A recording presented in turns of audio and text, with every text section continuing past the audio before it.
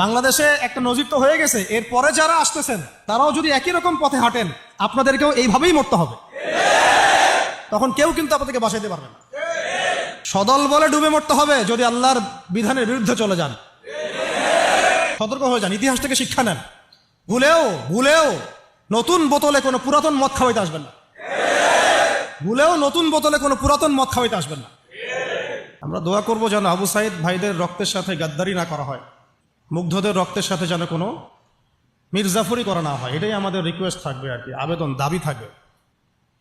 তবে এই গাদ্দারি যদি কেউ করতেও চায়, ইনশাআল্লাহ আমরা সেটা আর হতে দিব না ইনশাআল্লাহ।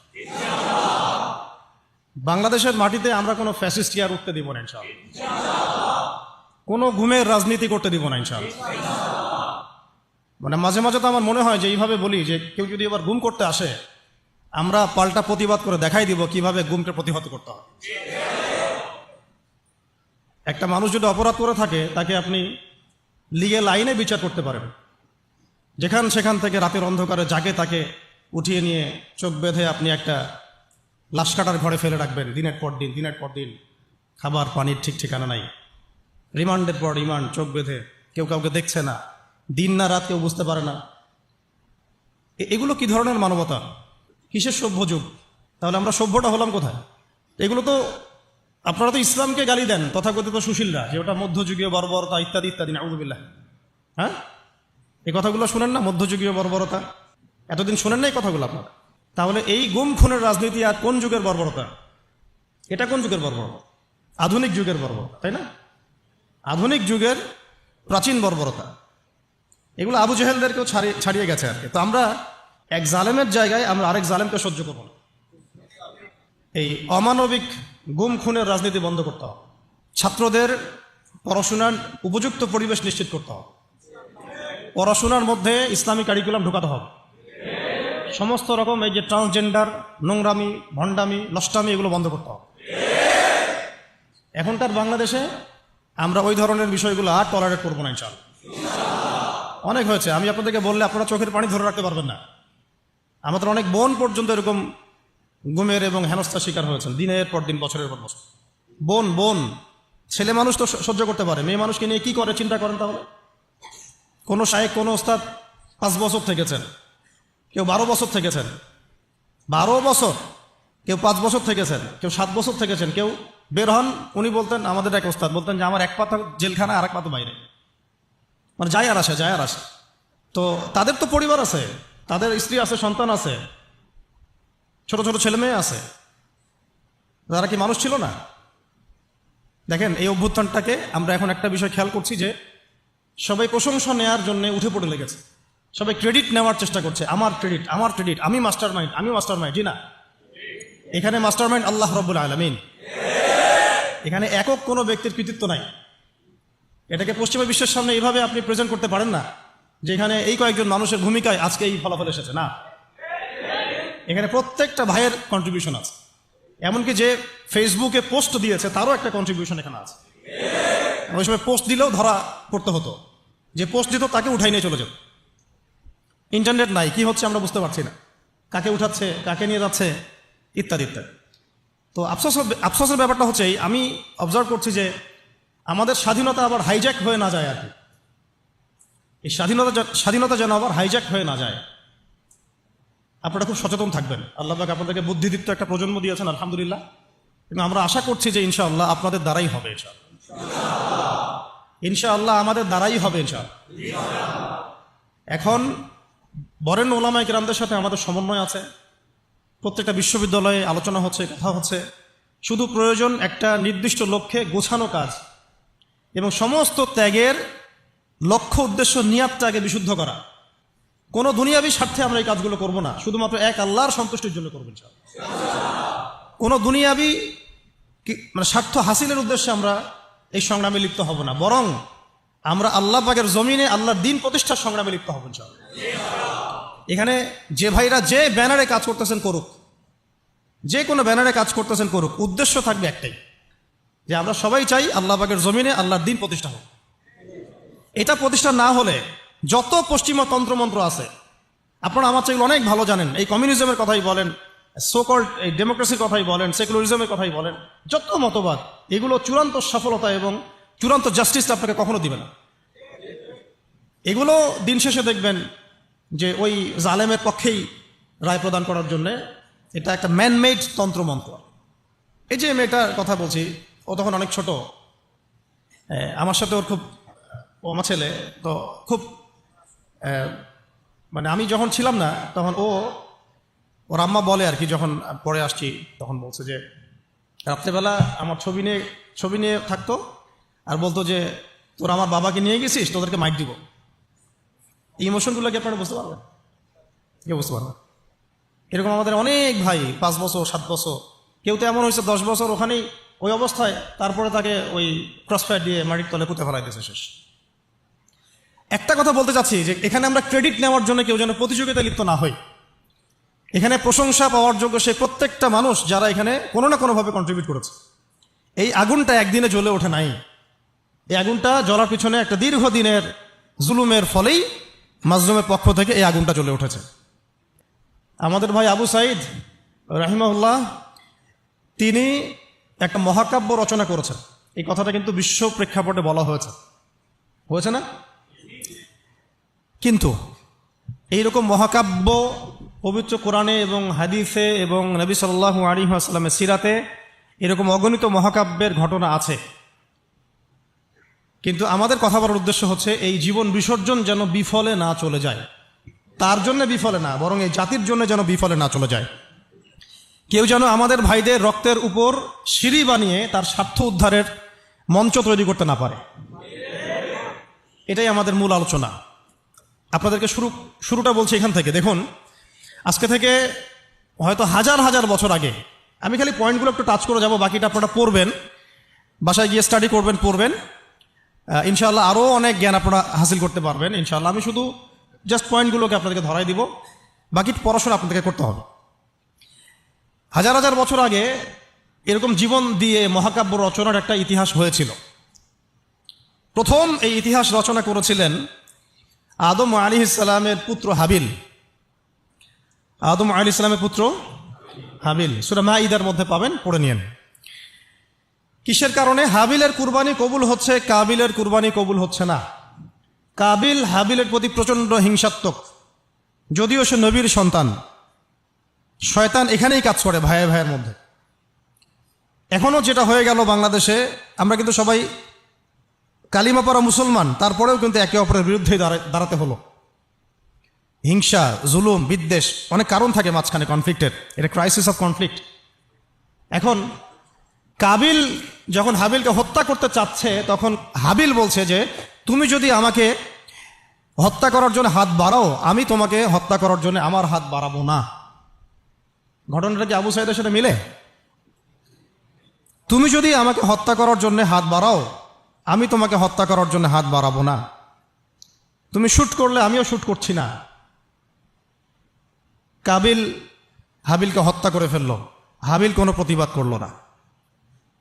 নবী করিম সাল্লাল্লাহু আলাইহি ওয়াসাল্লাম বলেছেন, পৃথিবীতে যত খুন হবে কিয়ামত পর্যন্ত, মনোযোগ রাখেন, পৃথিবীতে কিয়ামত পর্যন্ত যত খুনের ঘটনা ঘটবে, সমস্ত খুনের পাপের একটা অংশ কাবিলের আমলনামায় যুক্ত করা হবে। এখানে কে সফল? মহাকাব্য কে রচনা করেছে, হাবিল না কাবিল? আল্লাহ পাক আমাদেরকে শিক্ষা নেওয়ার তৌফিক দান করুন। নূহ আলাইহিস সালামের যুগে নূহ আলাইহিস সালামের একজন সন্তান, সে ঈমান নিয়ে আসে নাই। বাবা তাকে ডাকছেন, আল্লাহর গজব চলে আসবে, তুমি তাড়াতাড়ি নৌকায় উঠো। সে বলছে যে আমি নৌকায় উঠবো না, আমি ওই পাহাড়ের উপর উঠে যাব।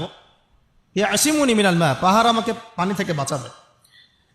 নূহ আলাইহিস সালাম পিতা হয়ে ব্যাকুল আর্তনাদ, বাবা আজকে এই আযাব কাউকে বাঁচাতে পারবে না, তাড়াতাড়ি নৌকায় উঠো। তো সে নৌকায় উঠল না, জীবন সেও দিল। এবং নূহ আলাইহিস সালাম কান্নাকাটি করছেন আল্লাহর কাছে, আল্লাহ ইন্নাহু মিন আহলি, সে আমার পরিবারের একজন, তাকে মাফ করে দাও। আল্লাহ রাব্বুল আলামিন বলছেন লাইসা মিন আহলিক, সে তোমার পরিবারের কেউ না। এখানেও নূহ আলাইহিস সালামের পুত্র নবীর সন্তান জীবন দিলেন, কিন্তু মহাকাব্য রচিত হলো না। কথা কি বুঝতে পারছেন? মহাকাব্য রচিত হলো না। এভাবেই লূত আলাইহিস সালাম যাচ্ছেন কারণ আপনারা জানেন লূত আলাইহিস সালাম এসেছিলেন সাদুম জাতির জন্য নবী হিসেবে। ওই জাতির মূল পাপই ছিল সমকামিতা, যেটাকে এখন আমরা এই সো কল্ড ট্রান্সজেন্ডার, তারপরে এলজিবিটি এইসব ইস্যুর মধ্যে নিয়ে আসছি। আর এটা পশ্চিমাদের একটা বড় এজেন্ডা, বাংলাদেশে এটাকে বাস্তবায়ন করা। এই জন্য তারা পশ্চিমার কিছু সেবা দাসকে তাদের মাথার উপরে নিয়েছে এটাকে বাস্তবায়ন করার জন্য, এবং যত সুদী এনজিও আছে এদের একটা বড় অংশ এর সাথে সম্পৃক্ত। কয়দিন পরে যদি দেখা যায় যে ক্লাসরুমের মধ্যে আপনারা বসে আছেন, ডানে বামে এলজিবিটি লোকজন বসে আছে, অবাক হওয়ার কিছু নাই। ওইদিকেই জাতিকে নিয়ে যাওয়ার চেষ্টা তারা করছে, কিন্তু ইনশাআল্লাহ আমরা সেটা হতে দিব না। আমরা সেই লূত আলাইহিস সালামের যুগে আল্লাহর পক্ষ থেকে যে শাস্তি আসছে, ওই শাস্তিকে আমরা আসতে দিব না ইনশাআল্লাহ। তোমরা ওই শাস্তি আনার ব্যবস্থা করবা, এই জাতিকে সমূলে ডোবানোর ব্যবস্থা করবা, এটা আমরা হতে দিব না ইনশাআল্লাহ। লূত আলাইহিস সালাম দাওয়াতের কাজ করেই যাচ্ছেন, তাদের কওম সেটা শুনছে না। মূল পাপ ছিল তাদের সমকামিতা, হোমোসেক্সুয়ালিটি। আল্লাহ পাক এমনভাবে তাদেরকে ধ্বংস করেছেন যেভাবে অন্য কোনো কওমকে করেন নাই। আসমান থেকে ফেরেশতা পাঠিয়ে জর্ডানে দেখবেন ডেড সি, মৃত সাগর, ওই জায়গাটা আছে এখনো, ওখানে সাদুম গোত্র বাস করত। পাখা দিয়ে ফেরেশতারা তাদের পাখা দিয়ে ওই জায়গাটা এইভাবে উঠিয়ে আসমানে উঠিয়ে আসমান থেকে পাথর বর্ষণ করে এদের সবাইকে থ্যাতলা করে আবার উল্টা দিকে দাফন করে দেওয়া হয়েছে। এমন শাস্তি পৃথিবীর ইতিহাসে কাউকে দেওয়া হয় নাই। তো আমরা কি বাংলার জমিন এই শাস্তি ডেকে নিয়ে আসতে চাচ্ছি? সবাইকে এই ব্যাপারে সোচ্চার হতে হবে। আল্লাহ পাক আমাদেরকে বোঝার তৌফিক দান করে। লূত আলাইহিস সালামের স্ত্রী তার পক্ষে ছিল না। শাস্তি যখন নেমে আসলো, লূত আলাইহিস সালামের স্ত্রী নিজে তিনি সমকামী ছিলেন না, কিন্তু সমকামীদেরকে সাপোর্ট করেছে। বাংলাদেশে এমন অনেক মানুষকে দেখা যাচ্ছে এখন, নিজেরা হয়তো এলজিবিটি না, কিন্তু এটাকে সাপোর্ট করছেন। তো লূত আলাইহিস সালামের স্ত্রী সেই গজব থেকে বাঁচতে পারলেন না, আল্লাহ পাক তাকেও ধ্বংস করলেন। সেও জীবন দিল, এটা কোনো মহাকাব্য হলো না, নবী পরিবারের স্ত্রী হওয়া সত্ত্বেও। ঠিক আছে, কিন্তু আমরা যদি একটু ইব্রাহিম আলাইহিস সালামের দিকে তাকাই, তাকে ডেকে নিয়ে আসা হচ্ছে রাজদরবারে, বলো তোমার খোদাকে, তোমার আল্লাহকে। ইব্রাহিম আলাইহিস সালাম বলছেন, আমার আল্লাহ তিনি যিনি জীবন দেন, মৃত্যু দেন। তখন সেই বাদশাহ, জালেম বাদশাহ, আমি তুলনা করতে চাচ্ছি না কারোর সাথে, কি জালেম বাদশাহ বলল যে আনা উহয়ী ওয়া উমীত, আমিও তো জীবন দিই আর মৃত্যু দেই। কিভাবে? সে একজন খুনের আসামি, তাকে ডেকে নিয়ে ছেড়ে দিল, এই যে জীবন দিলাম। আর এক নিরপরাধ মানুষকে ডেকে এনে হত্যা করলো, এই যে মৃত্যু দিলাম। আমাদের প্রশাসনের মতো অনেকটা আর কি। হ্যাঁ, আচ্ছা, আমরা পরিবর্তন চাই। ইব্রাহিম আলাইহিস সালাম বুঝলেন যে এ মোটা বুদ্ধির মানুষ। তখন ইব্রাহিম আলাইহিস সালাম বললেন যে আমার রব পূর্ব দিক থেকে সূর্য ওঠান আর পশ্চিম দিকে ডুবান। তো তুমি যদি রব হয়ে থাকো, তাহলে পশ্চিম দিক থেকে সূর্য উঠায় পূর্ব দিকে ডুবাও। ফাবুহিতাল্লাযী কাফার। আমি সবগুলো আয়াত কিন্তু বলতে থাকলে অনেক সময় যাবে, আমি জাস্ট পয়েন্টগুলো বলতেছি। এটা সূরা বাকারায় আছে। কোথায় আছে? সূরা বাকারায়। এর আগে যেটা বললাম কওমে সাদুম, এটা অনেক জায়গাতে আছে। সূরা হুদ পড়ে দেখেন, আরও সূরা আরাফ পড়ে দেখেন।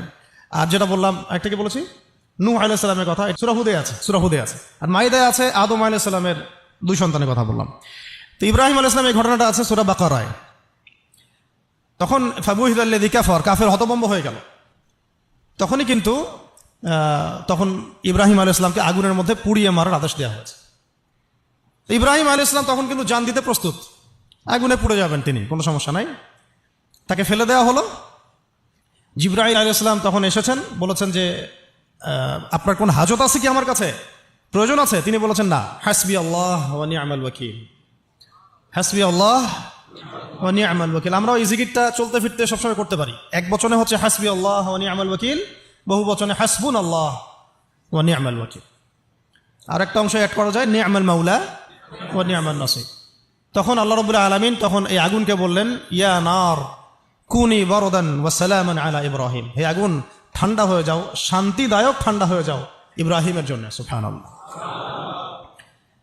তো এখানে মহাকাব্য রচিত হলো। তার সন্তান ইসমাইল আলাইহিস সালাম ছোট্ট বালক, হয়তো এই ছেলেটার সমান হবে 10-12 বছর, ডেকে নিয়ে এসে বলছেন, বাবা ইন্নী আরা ফিল মানামি আন্নী আযবাহুক, আমি স্বপ্নে দেখেছি যে আমি তোমাকে জবাই করছি। ফানজুর মাযা তারা, তোমার রায় কি, আমাকে বলো, তোমার কি খেয়াল? সূরা সফফাতের মধ্যে আছে, সূরা ইয়াসিনের পরে সূরা। তখন এই 12 বছরের সন্তান বলছে, 12-14 বছরের সন্তান ইসমাইল আলাইহিস সালাম বলছেন, যেমন মা তেমন সন্তান। কারণ তার মাকে আগে রেখে আসা হয়েছে জনমানবশূন্য জায়গায়। ইব্রাহিম আলাইহিস সালাম চলে যাচ্ছেন, আর তিনি জিজ্ঞাসা করছেন যে আপনি কি আল্লাহর হুকুমে রেখে যাচ্ছেন আমাদেরকে এরকম একটা বিরান জায়গায়, খাবার নাই, পানি নাই, কিছুই নাই? ইব্রাহিম আলাইহিস সালাম বলছেন হ্যাঁ। তখন তার মা বলেছিলেন, ইসমাইল আলাইহিস সালামের মা বলেছিলেন যে তাহলে আল্লাহ আমাদেরকে ধ্বংস করবেন না ইনশাআল্লাহ। ওই যে জামজাম, এখনো সেই জামজাম চলছে। আপনার কোনো রোগ আছে, সেই জামজামের পানি ওই শেফার নিয়াতে পান করেন, শেফা হয়ে যাবে ইনশাআল্লাহ। জামজাম এখনো চলতেছে। ওই যে সাই, সাফা থেকে মারোয়া, মারোয়া থেকে সাফা, সাফা থেকে মারোয়া, মারোয়া থেকে সাফা, এটা আপনি না করলে আপনার হজ উমরা কিছুই হচ্ছে না। সুবহানাল্লাহ। ওই বাইতুল্লাহ এখনো। তো সেই সন্তান বলছে ইয়া আবাতি, হে আমার বাবা, ইফআল মা তুমার, আপনাকে আল্লাহ পাক যে আদেশ করেছেন তাই করেন। সাতাজিদুনি ইনশাআল্লাহু মিনাস সাবিরিন, ইনশাআল্লাহ আপনি আমাকে ধৈর্যশীল পাবেন। মায়ের সন্তান, মা হাজেরার সন্তান। এখানে ছুরি চালানো হচ্ছে কিন্তু গর্দান কাটছে না। জান্নাতি এক প্রাণী চলে আসলো, তাকে কুরবানি করা হলো, তাই না? সেই কুরবানির স্মৃতি আমরা এখনো ঈদুল আজহায় সেটাই করছি, হজে সেটাই করছি, কিয়ামত পর্যন্ত সেটা চলতে থাকবে। এখানে জীবন দেওয়ার প্রত্যয়টা মহাকাব্যে পরিণত হয়েছে, হয় নাই? আমি বুঝাতে চাচ্ছি যে আমরা আমাদের জান, মাল, ইজ্জত, সময়, শ্রম যে বিলিয়ে দিব, দিন শেষে কোনো মহাকাব্য রচিত হয় নাকি আমরা এটা শুধু একটা স্রেফ দুনিয়াবি একটা ঘটনায় পরিণত হয়, এটার পার্থক্য যেন বুঝতে পারি। কথা কি বুঝতে পারছেন? না হলে কিন্তু অনেক সময় দেখা যাবে আমাদের ভালো প্রচেষ্টাও ইনভেইন হয়ে গেছে। আল্লাহ না করুক, আল্লাহ না করুক। সূরা ইউসুফ পড়েন, ওখানেও দেখবেন ভাইয়েরা ষড়যন্ত্র করে ভাইকে কুয়ায় ফেলে দিল, নির্দোষ নিরপরাধ। যেমন নির্দোষ নিরপরাধ বহু মানুষকে তুলে নিয়ে পড়া আয়না ঘরে ফেলে দিয়েছেন। একেবারে নির্দোষ, একেবারেই নিরপরাধ, না কারো ডানে আছে না কারো বামে আছে। কিছু মানুষ অনলাইনে ভাইব সৃষ্টি করে দিল যে ওরা হচ্ছে জঙ্গি, ওরা হচ্ছে খারেজি, ওরা হচ্ছে উগ্রবাদী, ওরা হচ্ছে কি আদনানি গোষ্ঠী। হ্যাঁ, এইসব শব্দ আসছে না? এই মানুষগুলোর জন্য আমাদেরকে হ্যারাসমেন্টটা পোহাতে হচ্ছে। এখানে আমি বলি না যে সরাসরি তাগুত দায়ী, ওদের তো একটা সিলসিলা আছেই, যারা যারা এই কয়েকটা ওয়ার্ড ইউজ করে ওদেরকে ট্রেস করা। ইউসুফ আলাইহিস সালামকে গর্তে ফেলছে কি ভাইরা না? তারপরে তিনি আল্লাহ পাক তাকে সম্মানিত করে রাজ দরবারে নিয়ে যান নাই? রাজ দরবারে যাওয়ার আগে তাকে 12 বছর জেল খাটতে হয়েছে। কত বছর? কোনো অপরাধ ছিল তার? মেয়েরা, কিছু মেয়ে তার সাথে খারাপ কাজ করতে চাচ্ছিল, তাই না? তাই না? দেখেন ইউসুফ আলাইহিস সালামের, আমরা বাহ্যিক সৌন্দর্য নিয়ে কথা বলি সবাই, ইউসুফ আলাইহিস সালাম খুব সুন্দর ছিলেন দেখতে, তাই না? অর্ধেক সৌন্দর্য তাকে দেয়া হয়েছে। আমাদের নবীজি বলেছেন মেরাজের রাতে আমি ইউসুফ আলাইহিস সালামের সাথে সাক্ষাৎ হয়েছে, এটা তো জানেন। তো তিনি বলেছেন যে ইউসুফ আলাইহিস সালামকে পৃথিবীর মানে মানুষের মধ্যে যে সৌন্দর্য এর অর্ধেক দেয়া হয়েছে। একজন সাহাবী আবার একটা চমৎকার মন্তব্য করেছিলেন যে ইউসুফ আলাইহিস সালামের সৌন্দর্য দেখে হাত কেটেছে মেয়েরা, তাই না? মনে আছে তো? হাত কেটেছে মেয়েরা। আর আমাদের নবী সাল্লাল্লাহু আলাইহি ওয়াসাল্লামের চেহারা মোবারকের নূর দেখে জান দিয়েছে সাহাবীরা, তাই না? বদরের মাঠে। তো ইউসুফ আলাইহিস সালাম কোনো অপরাধ করেন নাই, তারপরেও জেনার অপরাধে তাকে থাকতে হইল। আর আমাদেরকে তো মাশাআল্লাহ মানে বিনা অপরাধে কত কিছু করতে হইল। আপনারা সূরা বুরুজ পড়বেন, এখানে একটা ছোট বালকের কথা আছে। ওই বালককে, অনেক বড় ঘটনা, এটা আলাদা লেকচার আছে আমার, দেখে নিন। ওই বালককে মানে রাজা, মানে জালেম শাসক রাজা, সে জাদু শিখাচ্ছে আর কি। কি শিখাচ্ছে? জাদু। এটা হারাম, একেবারে হারাম। জাদু শিখাচ্ছে, কিন্তু জাদু শিখতে আসার সময় সে আবার এক আল্লাহর ওলির দরবার দিয়ে আসে। ওর কাছে তখন আবার ওই কথাগুলো খুব ভালো লাগে, সেখানে বসে দিনের কথা শুনতে শুরু করে। এদিকে আবার জাদুও শিখে, এদিকে আবার দিনের কথাও শিখে। এক পর্যায়ে তার মধ্যে এটা মানে প্রাধান্য বিস্তার করলো যে এটাই মনে হয় সত্য, আল্লাহর দিনের কথাটাই সত্য। তো একদিন রাস্তায় যাওয়ার সময় হঠাৎ একটা প্রাণী, মানে বিভৎস একটা প্রাণীর দেখা মিলছে, কেউ রাস্তা থেকে সরাইতে পারে না। তখন সে চিন্তা করলো যে আজকে আমি পরখ করে দেখবো যে এই জাদুকরের এলেমটা বেশি কার্যকর না আল্লাহর ওলির এলেমটা বেশি কার্যকর। সে একটা পাথর নিয়ে নিক্ষেপ করে বলল, যদি হে আল্লাহ, আল্লাহর ওলি তোমার কাছে, এই পাদ্রী বুজুর্গ তোমার কাছে বেশি মাকবুল হয়, তাহলে আজকে এই ঢিলের ওসিলায় তুমি এই প্রাণীটাকে মেরে ফেলো। তো ওই ঢিল দেওয়ার সাথে সাথেই প্রাণী মারা গেছে। তো তখন সে মাশাআল্লাহ ইসলাম কবুল করে ভিতরে ভিতরে, কিন্তু প্রকাশ করে না। পরে যখন প্রকাশ হয়ে যায় তখন তাকে মেরে ফেলার জন্য, আমি শর্টকাটে বলতেছি, ওই শাসক কি করলো, ওর সেনাবাহিনীকে লেলিয়ে দিল, ওকে নিয়ে যাও পাহাড়ের উপর থেকে ফেলে দিবা। পাহাড়ের উপরে উঠেছে সে, ফেলাই দিবে তাকে। তখন সে একটা দোয়া পড়লো, আল্লাহুম্মা কফিনিহিম বিমা শি'তা। দোয়াটা শিখে নেবেন, আল্লাহুম্মা কফিনিহিম বিমা শি'তা। আমরা এই দোয়াগুলো করতাম, আল্লাহুম্মা কফিনিহিম বিমা শি'তা, আল্লাহুম্মা ইন্না নাজআলুকা ফি নুহুরিহিম ওয়া নাউযু বিকা মিন শুরুরিহিম, ইয়া মুনজিলাল কিতাব সারি'আল হিসাব ইহজিমুল আহজাব, আল্লাহুম্মা হজিমহুম ওয়া জালজিলহুম। এগুলোর যে ইফেক্ট এটা আমরা নিজের চোখেই দেখেছি। ঠিক আছে, এই দোয়াগুলো শিখবেন। তো সে দোয়া করলো আল্লাহুম্মা কফিনিহিম বিমা শি'তা। তো তাকে তো ফেলাতে পারলোই না, বরং ওরাই নিজে পড়ে গেছে। সে হেঁটে হেঁটে রাজদরবারে আসছে, কি হলো, তোমাকে মারতে পাঠালাম, কি সমস্যা, কিভাবে আসলা, এইভাবে। আবার পাঠাইছে সেনাবাহিনী, যাও একে সমুদ্রের মাঝখান থেকে ফেলে দিবা, পুরো সাগর থেকে ফেলে দিবা। ওই সাগরের মাঝখানে নিয়ে যাওয়া হলো, ওখানেও সে আবার দোয়া করছে আল্লাহুম্মা কফিনিহিম বিমা শি'তা। সাগরে ঝড় ওঠা শুরু হলো, ওর সেনাবাহিনী পড়ে গেছে, সে আবার সেফ অ্যান্ড সাউন্ড চলে আসলো রাজদরবারে।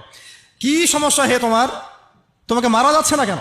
এই ছেলেটাকে বাদশা বলতেছে যে তুমি কে হে, মারা যাচ্ছে না কেন? তো সে বলতেছে, দেখেন আপনি যদি আমাকে মারতেই চান তাহলে আমি যেটা বলি সেটা করেন। আচ্ছা কি সেটা? আপনি রাজ্যের সমস্ত মানুষকে জড়ো করেন, করে আমাকে খেজুর গাছের সাথে বেঁধে দিবেন, দিয়ে আমার ধনুক থেকে একটা তীর বের করবেন, তীরটা বের করে সবার সামনে এইভাবে নিশানা লাগায় বলবেন বিসমিল্লাহি রব্বি হাযাল গোলাম। মানে হচ্ছে আমি এই ছেলেটার রবের নামে তীর নিক্ষেপ করছি। কি বুঝলেন? আমি এই ছেলেটার রবের নামে তীর নিক্ষেপ করছি। তো রাজা তো ব্যাস, যারা একটু ক্ষমতাশীল হয় তারা একটু মোটা বুদ্ধির হয়, তো তারা এই কাজই করলো, সমস্ত লোকজনকে জড়ো করে বিসমিল্লাহি রব্বি হাযাল গোলাম নিক্ষেপ করলো। ছেলেটার হাদিসের মধ্যে আসছে ছেলেটার এই জায়গায় তীর ঢুকে দিতে বের হয়ে গেছে, তো সে শহীদ হয়ে গেছে আলহামদুলিল্লাহ। এমন এই দৃশ্যটা দেখার পরে ওইখানে উপস্থিত সব মানুষ ইনস্ট্যান্ট দেন লা ইলাহা ইল্লাল্লাহ, এটা সাক্ষীতে মুসলিম হয়ে গেছে। তাহলে মহাকাব্য রচিত হলো। তো তখন এই রাজা তো মাথা খারাপ, আরে একজনকে নিয়ে পারি না এবার সবাই। তখন ওইখানেই গর্ত খোঁড়া হয়েছে, গর্ত খুঁড়ে সবাইকে আগুনের মধ্যে নিক্ষেপ করা হয়েছে। এই ঘটনার নাম আসহাবুল উখদুদ। আসহাবুল, সূরা বুরুজের মধ্যে পাবেন। মহাকাব্য রচিত হয় নাই। ওই সময় এক মায়ের একটা সন্তান, হ্যাঁ, মা লাফ দিবে আগুনে, কিন্তু সন্তান আছে, সে হেজিটেট ফিল করতেছে। ওই যে সন্তান, এই দুধের বাচ্চা তখন কথা বলে ওঠে যে মা তুমি চিন্তা করো না, মা তুমি চিন্তা করো না, তুমি লাফিয়ে পড়ো আগুনে, ইনশাআল্লাহ আগুনের পরেই জান্নাত আছে। তো এরকম ঘটনা আরো ঘটছে। ফেরাউনের দাসী ওই যে আসিয়া, নাম মনে আছে তো? অনেকে আসিয়া আবার অনেকে অন্য নামও বলে। তার সন্তানকে এভাবে গরম তেলে ফেলে দেওয়া হয়েছে, এবং তাদের সেই যে মাকবারা, কবর, সেখান থেকে নবী সাল্লাল্লাহু আলাইহি ওয়াসাল্লাম তার যে জান্নাতের ঘর, আল্লাহ পাক তাকে জান্নাতের ঘর দিয়েছেন, ওই ঘরের যে ঘ্রাণ, এটা নবী সাল্লাল্লাহু আলাইহি ওয়াসাল্লাম মেরাজের রাতে পেয়ে এসেছেন। সুবহানাল্লাহ। এগুলো কিন্তু মহাকাব্য রচিত হয়েছে। ফেরাউনের দাসী মহাকাব্য রচনা করেছেন। আসহাবুল উখদুদের এই বালক মহাকাব্য রচনা করেছেন। ওই উখদুদের সেই মানুষগুলো মহাকাব্য রচনা করেছেন, তারাও জীবন দিয়েছেন, তাদের জীবন দেওয়া ব্যর্থ হয় নাই। হয়েছে না? এরকম আরো অনেক হিস্ট্রি আছে, একটা করে বলতে গেলে অনেক। একটা কথা মনে পড়লো যে সূরা ইয়াসিন আপনারা পড়েন না অনেকেই? সবাই সকালবেলা সূরা ইয়াসিন পড়বেন, আমলটা করবেন। ফজরের নামাজের পরে সূরা ইয়াসিন পড়ার অভ্যাস করেন। আমি তো বলি সূরা ইয়াসিন মুখস্থ করে ফেলেন। কিছু কিছু বিষয়ে নবীজি চাইতেন যে উম্মার কলিজার মধ্যে থাক। তার মধ্যে সূরা মুলক আছে, তিনি চাইতেন সবার যেন এটা হিফজ থাকে। সূরা ইয়াসিন একটা অনবদ্য সূরা, এটা আপনার যে কোনো হাজতও পূরণ করতে পারে ইনশাআল্লাহ, আপনি আল্লাহর হেফাজতে থাকবেন। তো এখানে দেখবেন পড়তে এক জায়গায় পাবেন যে একটা করিয়া, মানে গ্রামের মধ্যে 3 জন ব্যক্তিকে আল্লাহ পাক নবী করে পাঠিয়েছে একই সাথে, মানে একই সাথে 3 জন নবী একটা এলাকার মধ্যে। ঠিক আছে? তো তারা দাওয়াতি কাজ করছিলেন। তো দাওয়াত অনেকে বেশিরভাগই কবুল করছিল না, কিন্তু দূর থেকে একজন লোক দৌড়ে আসছে ইসলাম কবুল করার জন্য। সে আগে হয়তো কবুল করেছিল, দৌড়ে এসে কওমকে বলছে যে হ্যাঁ আমার কওম, এই রাসূলদের অনুসরণ করো, তারা তোমাদের কাছে কোনো আজর চাচ্ছে না, রাসূলের অনুসরণ করো। তো এই ব্যক্তির নাম হচ্ছে হাবিবে নাজ্জার। এটা নিয়ে আমার আরেকটা আলাদা লেকচার আছে, ওইখানে সবগুলো আয়াতগুলো ব্যাখ্যা করেছে, এই জন্য এখানে বললাম না। শর্ট করে বলতেছে, হাবিবে নাজ্জারকে তারা হত্যা করে, এবং তাকে হত্যা করার পরপরই, মানে সাথে সাথেই আল্লাহ রাব্বুল আলামিন তাকে জান্নাতে তার থাকার জায়গা দেখায় দেন, এবং সে বলে যে ইয়া লাইতা কওমি ইয়ালামুন, হায় আমার কওম যদি জানতো যে আজকে আমি কত সফল। হয়তো আমাদের শহীদ ভাইরা এই কথাই বলতেছে যে আমাদের কওম যদি জানতো যে আজকে আমরা কত সফল। তো এই হাবিবে নাজ্জারের জীবন দেয়াটা কিন্তু মহাকাব্যে পরিণত হয়েছে। আসহাবুল কাহফও জীবন না দিলেও তারাও কিন্তু তাদের পুরো সভ্যতা থেকে বেরিয়ে গিয়েছিলেন। একটা শিরকে পরিপূর্ণ সভ্যতা, জুলুমের পরিপূর্ণ সভ্যতা থেকে তারা বেরিয়ে গিয়েছিলেন। আল্লাহ পাক তাদেরকে 309 বছর ঘুম পাড়িয়ে রেখেছে। এখান থেকে আমরা বুঝি যে আপনি যদি আল্লাহর প্রতি পূর্ণ তাওয়াক্কুল করেন, ঈমান আনেন, আল্লাহ পাক ঘুমের মধ্যেও আপনাকে সাহায্য করতে পারবে। তারা ঘুমিয়েছিল যখন, আল্লাহ রাব্বুল আলামিন ফেরেশতাদেরকে দিয়ে তাদের পাশ পরিবর্তন করিয়েছেন, ডান থেকে বামে, বাম থেকে ডানে। ঘুমিয়ে থাকলে আল্লাহ পাক আপনাকে ফেরেশতা দিয়েও সাহায্য করতে পারেন যদি আপনি হকের উপরে থাকেন।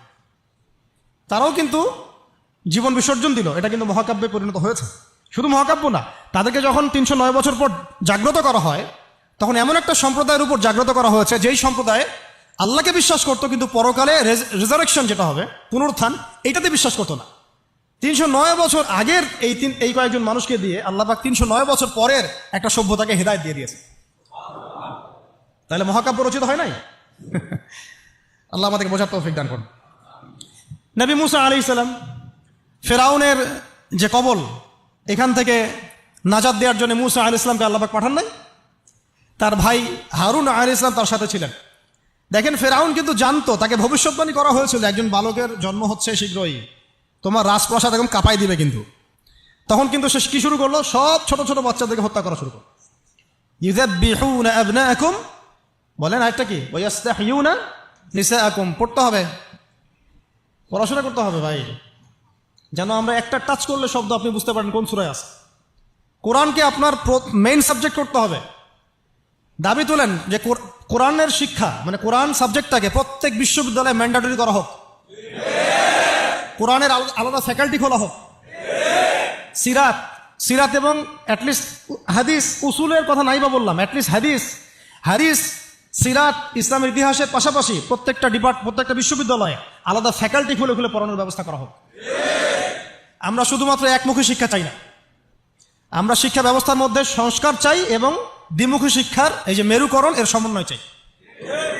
অন্যথায় দেখবেন সংগ্রাম ঠিকই করতেছেন, এদিকে আবার মেয়ে নিয়ে ডেটিংও করবেন। কি লাভটা হলো বলেন? আমি এখানে তো জেনা করতেছেন, সংগ্রাম হচ্ছে, কিন্তু এদিকে নামাজ পড়তেছে না। বুঝতে পারেন কথা? মানে সংগ্রামে আপনি আছেন, বিপ্লবে আছেন, অভ্যুত্থানে আছেন, নামাজে নাই, হ্যাঁ, কোরআনের তিলাওয়াতে নাই, দার্সে নাই। তাহলে ওইটা দুনিয়াবি একটা বিপ্লব হবে। আপনার চেতনার মধ্যে দুনিয়া থাকবে, কিন্তু আখেরাতের কোনো চেতনা থাকবে না। আমি এখান থেকে আস্তে আস্তে এখন শেষের দিকে আসতেছি, আপনাদেরকে দেখাবো কিছু মানুষের রচিত মহাকাব্য যারা দুনিয়ার উদ্দেশ্যে মহাকাব্য রচনা করেন নাই, শুধুমাত্র এক আল্লাহকে রাজি খুশি করার জন্য করেছেন, এবং কিয়ামত পর্যন্ত মানুষ তাদেরকে মনে রাখবে। এতক্ষণ যেগুলো বললাম সেগুলো তো কোরআনিক অনেক, মানে নবীদের ঘটনা থেকে বললাম, এবং কিছু ভিতরের ঘটনা থেকে বললাম। এই পার্টটা একটু মনোযোগ দিবেন। তার আগে আমি মুসা আলাইহিস সালামের কথা শেষ করে নেই। মুসা আলাইহিস সালামকে হত্যার চেষ্টা করা হয়েছিল, তার মা তাকে সিন্ধুকে ভাসিয়ে দিয়েছিলেন, মনে আছে? ফেরাউনের স্ত্রী, সে ওই সিন্ধুক থেকে বাচ্চা নিয়ে মুসা আলাইহিস সালামকে নিয়ে ফেরাউনের ঘরে ঢুকলো। যেই বাচ্চাকে মারার জন্য এতগুলো বাচ্চাকে ফেরাউন হত্যা করলো, সেই বাচ্চাকে বড় করলেন আল্লাহ রাব্বুল আলামিন সেই ফেরাউনের বাসায়।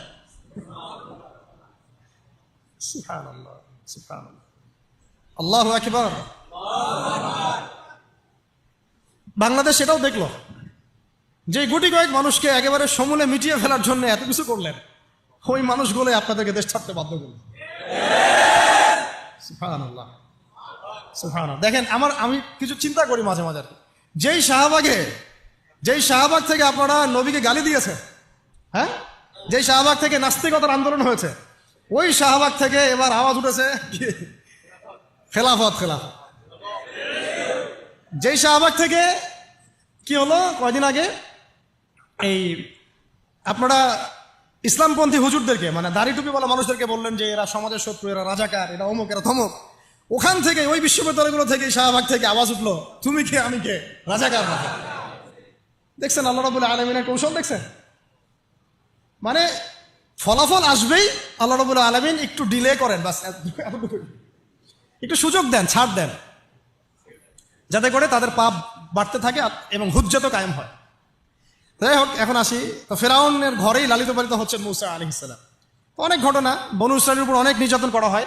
এই নির্যাতনের হাত থেকে আল্লাহ পাক উদ্ধারের জন্য মুসা আলাইহিস সালামকে পাঠান। তিনি একটা দোয়া করতেন, সেই দোয়াটা আমাদেরও করা উচিত। তিনি বলতেন, রব্বি ইশরাহ লি সাদরি ওয়া ইয়াসসির লি আমরি ওয়াহলুল উকদাতাম মিন লিসানি ইয়াফকাহু কওলি। তো শেষমেশ বনু ইসরাইলকে মারার জন্য ফেরাউন দলবল নিয়ে কোথায় গেল? লোহিত সাগরের কাছে। দলবল পিছনে, সামনে লোহিত সাগর, এখানে হচ্ছে বনু ইসরাইল আর মূসা আলাইহিস সালাম। পিছনেও যাওয়ার কোনো রাস্তা নাই, সামনেও যাওয়ার কোনো রাস্তা নাই। 5 তারিখের মতো আর কি, মানে না পিছনে যাওয়ার আপনাদের কোনো রাস্তা ছিল, আর না সামনে কি আছে আপনারা বুঝতে পারতেছেন, ওটাও তো বুঝতে পারতেছিলেন না সামনে কি আছে। এবার যদি মানে আল্লাহ পাক কোনো রাস্তা না খুলেন, তাহলে হয় সাগরে ডুবে মরতে হবে, না হলে বনু ইসরাইল এই ফেরাউনের হাতে মারা যাবে, দলবলের হাতে। তখন এই যে একটা কথা, তখন বনু ইসরাইলের মধ্যে একজন ব্যক্তি মূসা আলাইহিস সালামকে বলেছিল, ইয়া মূসা, হে মূসা, ইন্না লামুদরাকুন, আমরা তো ধরা পড়ে গেলাম। কি বলেছে? ইন্না লামুদরাকুন, আমরা তো ধরা পড়ে গেলাম। তখন মূসা আলাইহিস সালাম ব্যর্থহীন ভাষায় বলেছেন, কাল্লা, কোশ্চিন কালেও নয়। তোমরা বলছো আমরা ধরা পড়ে গেছি, কোশ্চিন কালেও না। আমার রব আমার সাথে আছেন, নিশ্চয়ই তিনি আমাকে পথ দেখাবেন। বলার সাথে সাথেই মূসা আলাইহিস সালামের কাছে ওহী আসলো, লাঠিটা ছুঁড়ে মারেন। লাঠি ছুঁড়ে মারলেন, এই লোহিত সাগর চিরে 12টা রাস্তা হয়ে গেল। তাই লোহিত সাগর আমরাও সফর করছি, গেলে বুঝতে পারবেন যে কিভাবে সম্ভব এখানে এইভাবে রাস্তা হওয়া। সুবহানাল্লাহ। এইভাবে আল্লাহ পাক একটা মাজলুম সম্প্রদায়কে মুক্তি দিলেন, আর পুরা ফেরাউনের দলবলকে ওইখানেই ডুবাই মারলেন। মারেন নাই? সদল বলে ডুবে মরতে হবে যদি আল্লাহর বিধানের বিরুদ্ধে চলে যান। বাংলাদেশে একটা নজির তো হয়ে গেছে, এরপরে যারা আসতেছেন তারাও যদি একই রকম পথে হাঁটেন, আপনাদেরকেও এইভাবেই মরতে হবে। তখন কেউ কিন্তু আপনাদেরকে বাঁচাইতে পারবে না। সতর্ক হয়ে যান, ইতিহাস থেকে শিক্ষা নেন। ভুলেও নতুন বোতলে কোনো পুরাতন মদ খাওয়াইতে আসবেন না। ভুলেও নতুন বোতলে কোনো পুরাতন মদ খাওয়াইতে আসবেন না। আমরা কোরআন থেকে শিখবো, হাদিস থেকে শিখবো, নবীর সুন্নাহ থেকে শিখবো, সিরাত থেকে শিখবো। আমরা শৈথিল্যতাবাদীও নই, আবার আমরা চরমপন্থীও নই, আমরা মধ্যমপন্থী। আমরা না কোনো এগ্রেসিভ কোনো অ্যাকশনে যাব, আর না আমরা এইসব বিষয়ে শিথিলতা আরোপ করব। আমরা মধ্যমপন্থী থাকবো, দাওয়াতের কাজ করব, তাবলীগের মেহনত করব, সৎ কাজে আদেশ করব, অসৎ কাজে নিষেধ করব, নিজেরা দিন পালন করব, পড়াশোনা করব, আমল করব, তাজকিয়া অর্জন করব, ওলামা ইকরামদের সাথে সম্পর্ক রাখবো, এবং একটা ঐক্যবদ্ধ জাতি হিসেবে আমরা ইসলাম নিয়ে এগিয়ে যাবো ইনশাআল্লাহ। হ্যাঁ, যদি আমাদের দিকে চোখ তুলে তাকাতে আসেন তখন খবর খারাপ আছে ইনশাআল্লাহ। যদি চিন্তা করেন যে পার্বত্য অঞ্চল ভাগ করে আরেকটা দেশ বানাবো, তখন আমাদের অবস্থা দেখে নেবেন ইনশাআল্লাহ।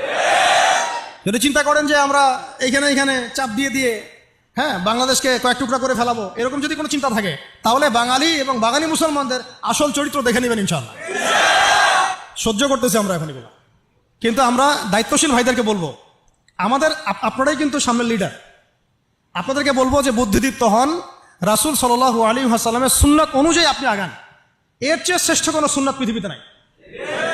এসব আব্রাহাম লিঙ্কনের সুন্নাত, ওই মাও সেতুংয়ের সুন্নাত, আর মুসলিনের সুন্নাত, আর এই যে কি চেঙ্গিস খানের সুন্নাত, হ্যাঁ এইসব সুন্নাত দিয়ে কোনো কাজ নাই। আল্লাহ পাক আমাদেরকে নবী মুহাম্মদ সাল্লাল্লাহু আলাইহি ওয়াসাল্লামের সুন্নাত বোঝার তৌফিক দান করেন। তিনি যেভাবে দিন প্রতিষ্ঠা করেছেন ওই পথে আগানোর তৌফিক দান করেন। শেষের অংশটুকু আমি অল্প সময় শেষ করছি। আমি আমাদের উম্মতের, মানে এই উম্মতের কয়েকজন বলতে থাকলে 100 জনের কথা বলা যাবে, দেখি কয়টা বলা যায়। জাস্ট কয়েকজন বীর পুরুষ এবং বীরঙ্গনা নারীর রচিত মহাকাব্যের কথা আপনাদেরকে বলবো। আপনার আগ্রহ আছে না? এখন শোনা। আচ্ছা, একটা বিষয় আমাদের সামনে স্পষ্ট যে আমরা মুসলিম পরিবারে জন্মগ্রহণ করেছি। আমাদের রব একজন, আমাদের নবী একজন, আমাদের আসমানি কিতাব একদম ফাইনাল টেস্টিমেন্ট, এর কোনো ব্যত্যয় নাই, সংযোজন বিয়োজনের কোনো সুযোগ নাই। সুন্নতে স্পষ্ট, নবীর তরিকা স্পষ্ট, দিন ইসলামও পরিপূর্ণ। নাকি দিন ইসলামে কিছু আছে কিছু নাই, এমন কি বিষয়টা? পরিপূর্ণ একটা জীবন ব্যবস্থাকে আমরা কমপ্লিট কোড অফ লাইফ বলি। এটা কোনো ধর্মের নাম নয়, এটা একটা জীবন ব্যবস্থার নাম। ইসলাম শুধু ধর্মের নাম নয়, এটা একটা পরিপূর্ণ জীবন ব্যবস্থার নাম। এখন এইটা নবীজি কি শুধু নিজে আমল করেছিলেন, না মানুষকেও দাওয়াত দিয়েছেন? এখন শুধু কি দাওয়াতই ছিল, নাকি পুরো দিনটাকে আরবের মধ্যে প্রতিষ্ঠা করে দিয়ে চলে গেছেন? এখন দিন প্রতিষ্ঠা করাটা কি তাহলে ইবাদত কি না? মানে ইবাদত করতে গেলে অনেক সময় অনেক রকম সুরতে আমাদের কাজ করতে হবে। কখনো সবর করতে হবে, কখনো দাওয়াত দিতে হবে, কখনো হয়তো হিজরতের বিষয় আছে, কখনো কি বলবো দাওয়াতের সাথে জিহাদের ব্যাপার জড়িত থাকতে পারে, কখনো দেখা যাবে পররাষ্ট্রনীতি অ্যাপ্লাই করতে হচ্ছে, কখনো সন্ধি করতে হচ্ছে। সিরাতের মধ্যে কিন্তু সবই আছে। পুরো সিরাতটা আপনারা পড়বেন, এটা আমার রিকোয়েস্ট, যে আগামী 1 মাসের মধ্যে 1 মাস সময় নেন, আল্লাহ চলে 1 মাস পরে আবার বসবো ইনশাল্লাহ আমরা। হ্যাঁ, 1 মাস সময় নিয়ে পুরো সিরাতের বইটা পড়ে শেষ করে। অনেক বই আছে সিরাতের, আমি একটা বইয়ের নাম বলতেছি যেটা খুব পাতলা, মাত্র 120 থেকে 30 পেজের বই, সিরাতে খতামুল আম্বিয়া। সিরাতে খতামুল আম্বিয়া, মুফতি মুহাম্মদ শফি রাহিমাহুল্লাহ তাআলা লিখা, আল্লামা শফি রাহিমাহুল্লাহ তাআলা লিখা সিরাতে খতামুল আম্বিয়া। সিরাতে খতামুল আম্বিয়া বইটা কিনেন, অনলাইনেই পাওয়া যায়, কিনে পড়াশোনা শুরু করেন। এটা সবচেয়ে প্রাইমারি লেভেলের বই, এটা মাদ্রাসায় পড়ানো হয়। এছাড়া রাহিকুল মাখতুম আছে, রাহমাতুল আলামিন আছে, হ্যাঁ, সিরাতে মোস্তফা আছে, অনেক সিরাতের বই আছে। এই বই মেলায় দেখলাম যে সিরাতের মনে হয় আরো 10টা-20টা নতুন বই আসছে। আলহামদুলিল্লাহ, আমার বাসায় সিরাতের এরকম 50-60টা বই আছে, ডিফারেন্ট রাইটারের। না, একটা বিষয় সম্পর্কে কয়েকটা রাইটারের বই পড়লে আপনার একটা ভালো কনসেপ্ট আসবে ইনশাল্লাহ। যাই হোক, সিরাতটা পড়বেন তো ইনশাল্লাহ। এই সিরাতের আলোকে আমরা দেখি যে দিন প্রতিষ্ঠা নবীজি করে দিয়ে গেছেন না, যান নাই? তো এইটা প্রতিষ্ঠা করতে গিয়ে অনেক স্যাক্রিফাইস করতে হয়েছে। এই স্যাক্রিফাইসগুলো যারা করেছেন তাদের কিছু মহাকাব্য বলে শেষ করতেছে। কেন বলতেছে এটা? যেন আমাদের চলমান অভ্যুত্থানের মহাকাব্যগুলো যেন কালের গর্ভে হারায় না যায়, এই জন্য বলতেছে। আমরা যেন স্মরণ রাখতে পারি, এবং আমাদের এটাই শেষ হয়ে যায় না এই যুদ্ধ বা লড়াই, সংগ্রাম হয়তো সামনেও করতে হইতে পারে, তখন আমাদের নিয়াত যেন বিশুদ্ধ থাকে, আমাদের ওই মহাকাব্যের সাথে যেন এই মানুষদের মহাকাব্যের মিল থাকে। আল্লাহ পাক আমাদেরকে তৌফিক দান করবেন। একজন নারী দিয়ে শুরু করব, মহিষী নারী, তার নাম হচ্ছেন সুমাইয়া রাদিয়াল্লাহু আনহা। নাম মনে আছে? সুমাইয়া রাদিয়াল্লাহু আনহা একজন দাসী, দাস প্রথা ছিল তখন না, দাসী। তিনি, তার স্বামীর নাম ইয়াসির রাদিয়াল্লাহু আনহু, তার সন্তানের নাম আম্মার রাদিয়াল্লাহু আনহু। তারা 3 জনই ইসলাম কবুল করেছেন। আর আবু জেহেল, আবু লাহাব, উতবা সাহেবার যে দারুন নাদওয়া, মানে ওই সময়কার কাফেরদের পার্লামেন্ট, এখনকার অনেকটা ওই ইয়ার মতো আছে, বুঝে নেন, কাফেরদের পার্লামেন্ট, ওটার নাম কি? দারুন নাদওয়া। বলেন, দারুন নাদওয়া। এটা ছিল ওই মক্কার আবু জেহেলের পার্লামেন্ট। মক্কার আবু জেহেলের পার্লামেন্ট নাম কি? দারুন নাদওয়া। ওখানে সবকিছুর এই শয়তানিগুলার মোজাকারা হইতো আর কি, কথা বুঝতে পারছেন? এখনো কিন্তু দারুন নাদওয়া আছে বিশ্বে, আছে না? এখনকার আধুনিক দারুন নাদওয়া, ঠিক আছে? তো ওইখান থেকে মানে বিল পাস হচ্ছে যে এদেরকে এখন অত্যাচার করতে হবে, নির্যাতন করতে হবে। তো সুমাইয়া রাদিয়াল্লাহু আনহাকে একেবারে শুইয়ে দিয়ে পিটাতে রোদের মধ্যে একদিকে মারা হচ্ছে, আরেকদিকে বলা হচ্ছে যে মুহাম্মদ সাল্লাল্লাহু আলাইহি ওয়াসাল্লামের এই দিনটাকে অস্বীকার করতে হবে। একটু ধৈর্য ধরেন, জাস্ট অল্প কিছু সময়, আমি শেষ করে দিচ্ছি। যে মুহাম্মদ সাল্লাল্লাহু আলাইহি ওয়াসাল্লামের এই দিনটাকে অস্বীকার করতে হবে, না হলে তোমাকে হত্যা করবে। সে তো কোনোভাবেই দিন ছাড়তে রাজি নয়। শেষমেশ আবু জেহেল তাকে টিটকারি মেরে বলছিল যে বুঝেছি তুমি আসলে মুহাম্মাদের দিনের স্বার্থে না, বরং মুহাম্মদ সাল্লাল্লাহু আলাইহি ওয়াসাল্লামের সৌন্দর্য দেখে তার মনে হয় আকর্ষণে দিন কবুল করছে। এই কথাটা বলার সাথে সাথে সুমাইয়া রাদিয়াল্লাহু আনহা একদম তীব্র একটা প্রতিবাদ করেছেন, একটা গালি দিয়েছেন, খবিসের বাচ্চা, খবিস, নষ্ট মানুষের সন্তান, নষ্ট, এরকম একটা শব্দ আছে না আমাদের সমাজে, এরকম একটা মারাত্মক, মানে শক্ত একটা কথা বলে ফেলছে ওই সিচুয়েশনে। তো এইটা আবু জেহেলের তখন মানে ইজ্জত লেগে গেছে।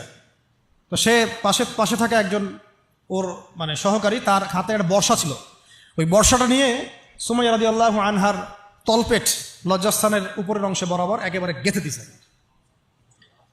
এবং এটাতে ফিনকি দিয়ে রক্ত ছোটা শুরু হয়েছে, এবং এতেই তার শাহাদাত হয়ে গেছে।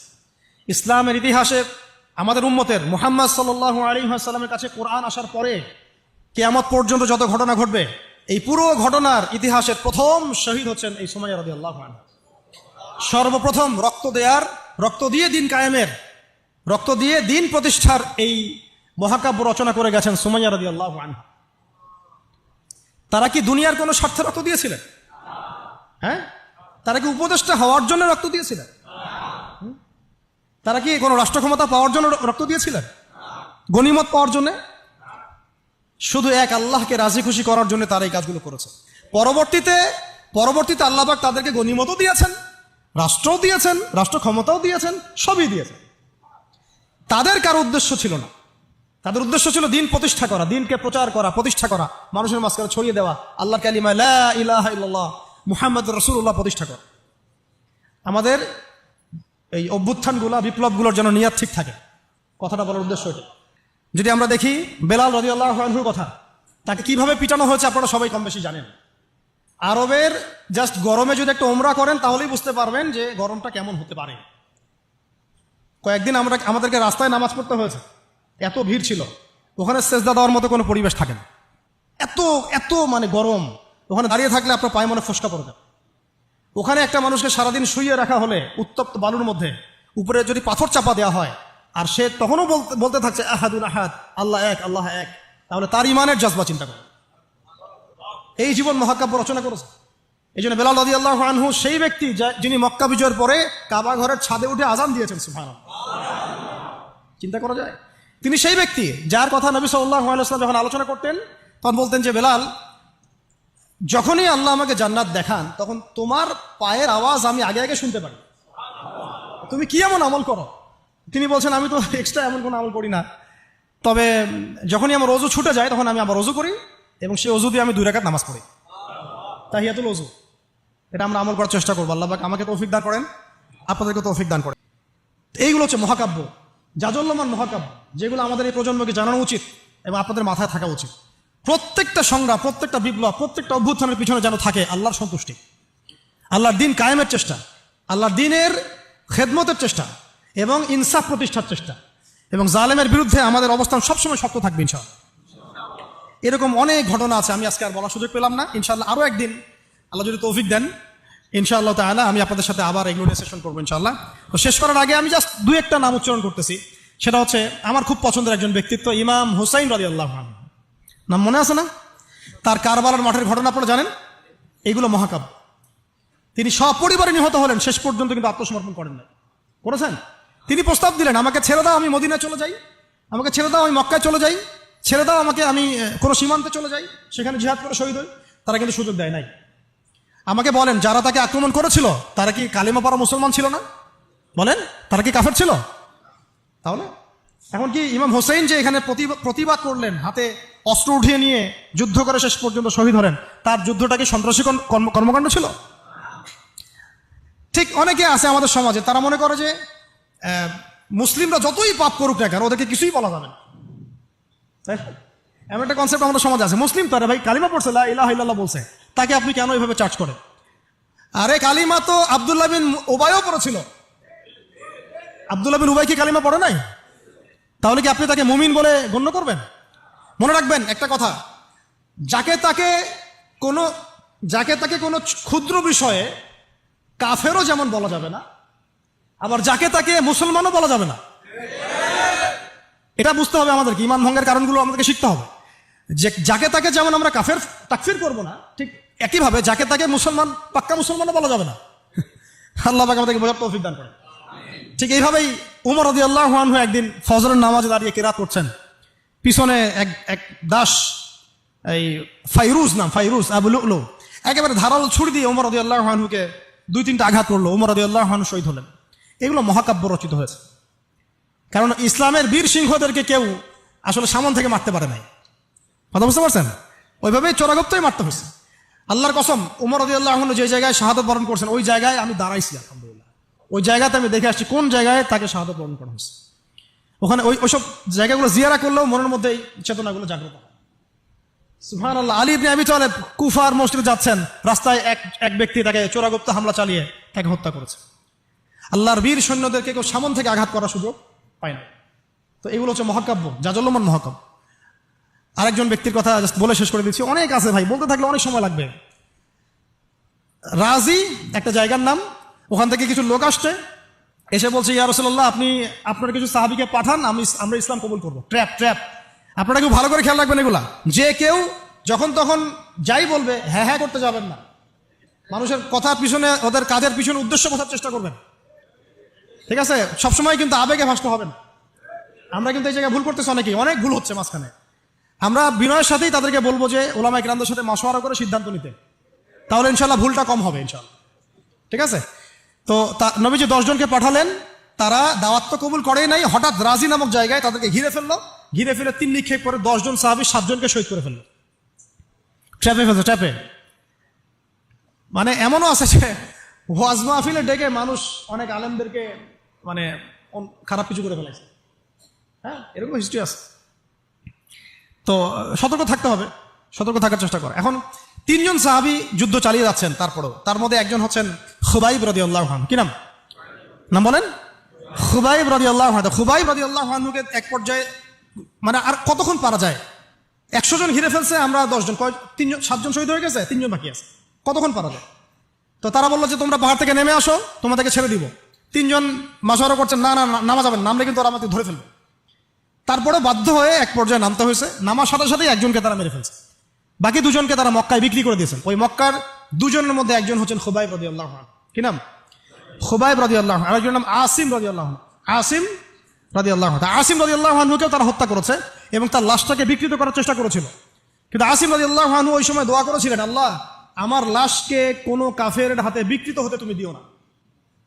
যুদ্ধ করতে করতে কথাটা বলেছেন, কারণ তিনি বুঝতে পারছেন যে 100 জন ঘিরে ফেলছে। ওদের একটা ট্রেডিশন ছিল লাশ বিকৃত করা, যে আল্লাহ আমার লাশটাকে তুমি কোনো কাফেরের হাতে বিকৃত করতে দিও না। তখন আল্লাহ রাব্বুল আলামিন তার শাহাদাতে পড়ে এক ঝাঁক ভেমরুল পাঠায় দেন, তারা তার গায়ের উপর বসে পড়ে, কোনো কাফের তাকে হাত দিতে পারে না। আল্লাহ পাক এভাবে সাহায্য করে। আর এইদিকে খুবাইব রাদিয়াল্লাহু আনহুকে বিক্রি করে দেওয়া হলো মক্কায়, তাকে জেলখানায় রাখা হচ্ছে। তো খুবাইব রাদিয়াল্লাহু আনহু জেলখানায় বসে আছেন, এটা একটু শুনেন আপনারা। জেলখানায় বসে আছেন, তার খুরের কাজের প্রয়োজন হয়েছে। ছেলেদের প্রয়োজন হয় না? খুরের কাজ তো বুঝতে পারছেন, অ্যাডাল্ট আপনারা। তো খুর চেয়েছেন, একটা খুর, আমাকে একটা খুর দাও। এখন কথা হচ্ছে খুবাইব রাদিয়াল্লাহু আনহু খুর চাইছেন, খুর দেয়া হয়েছে, তারা খুর দিচ্ছেন। তো খুর কাজ শেষ করার পরে ওই কাফেরদের একটা বাচ্চা, ছোট বাচ্চা, তো দৌড়াদৌড়ি করতে গিয়ে ওই জেলখানার ভিতর ঢুকে গেছে, খুবাইব রাদিয়াল্লাহু আনহুর কাছে চলে আসছে। তো খুবাইব রাদিয়াল্লাহু আনহু কিন্তু পারতেন তাকে জিম্মি করে ওখান থেকে বের হইতেন, পারতেন না? তিনি কোলে বসে আদর করতেছেন বাচ্চাটাকে, যার বাচ্চা সে তো আতঙ্কে, এইবার তো অবস্থা খারাপ, আমার বাচ্চাকে মেরে ফেলে তো সমস্যা আছে। তো খুবাইব রাদিয়াল্লাহু আনহু তাকে ছেড়ে দিলেন এবং আল্লাহ পাক ওই জেলখানার মধ্যে আল্লাহর পক্ষ থেকে তাকে আঙ্গুর খাওয়ালেন। ওই সময় ওই আঙ্গুর কথা পাওয়া যাচ্ছে না, কিন্তু জেলখানায় তিনি বসে আঙ্গুর খাচ্ছেন। তো কাফেররা বলেছে নিজেরাই যে খুবাইবের চেয়ে শ্রেষ্ঠ কোনো বন্দী আমরা কখনো দেখি না। খুবাইবের চেয়ে শ্রেষ্ঠ কোনো বন্দী আমরা কখনো দেখি নাই। খুবাইব রাদিয়াল্লাহু আনহুকে এরপরে মক্কার বাজারে নিয়ে যাওয়া হয়, একটা গাছের কাছে নিয়ে গিয়ে, শেষ করে দিচ্ছি লাস্ট পয়েন্ট, তাকে শুলদণ্ড দেওয়া হয়। কি দণ্ড? শুলদণ্ড। এটা আপনারা বুঝবেন না, এটা এমন না যে গলায় ফাঁসি দেওয়া। শুলদণ্ড কি একটু সার্চ করে দেখেন।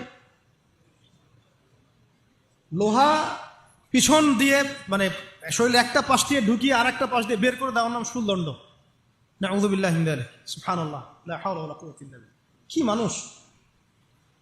তখন তাকে বলা হচ্ছে, তোমাকে যদি শুলদণ্ড না দিয়ে মুহাম্মাদকে তোমার জায়গায় নিয়ে আসি, তুমি কি খুশি হবা? তিনি বলছেন, আমার জায়গায় মুহাম্মাদের একটা চুলও যদি বাঁকা হয় আমি সেটাও সহ্য করবো না। তুমি কি চাও বলো, শেষ খয়েশ কি? তখন খুবাইব রাদিয়াল্লাহু আনহু বলছেন, আমার শেষ ইচ্ছা হচ্ছে 2 রাকাত নামাজ পড়া। 2 রাকাত নামাজ পড়ার সুযোগ দেওয়া হলো। তিনি একটু শর্টকাটে নামাজ পড়লেন, বললেন যে আমি যদি নামাজ লম্বা করতাম তোমরা হয়তো বলাবলি করতে যে আমি ভয় পাচ্ছি। এরপরে তিনি 2টা কথা বলেছেন। এটা শেষ পয়েন্ট। 2টা কথা বলেছেন। একটা হচ্ছে সমস্ত মানুষদেরকে লক্ষ্য করে তিনি বলেছেন দোয়া, আল্লাহর কাছে হাত তুলে দোয়া করেছেন, আল্লাহুম্মা আহসিহিম আদাদা, আল্লাহ তুমি একটা একটা করে এদেরকে গুনে রাখো, ওয়াকতুলহুম বাদাদা, এবং তাদের একটা একটা করে তুমি হত্যা করবা। কে বদদোয়া করতেছেন? এবং কি শেষে একটা লাইন আছে, ওয়ালা তাতরুক মিনহুম আহাদা, আল্লাহ তুমি তাদের একজনকেও বাকি রেখো না, তুমি সবগুলোকে আল্লাহ তুমি একটা একটা করে হত্যা করো। পরবর্তীতে আসলে কিন্তু হয়েছেও তাই, বিভিন্ন সময় এরকম কনফ্লিক্ট হয়েছে। তো তবে কিছু মানুষকে আল্লাহ ইসলাম কবুলের সুযোগ দিয়েছেন শেষ পর্যন্ত হয়তো।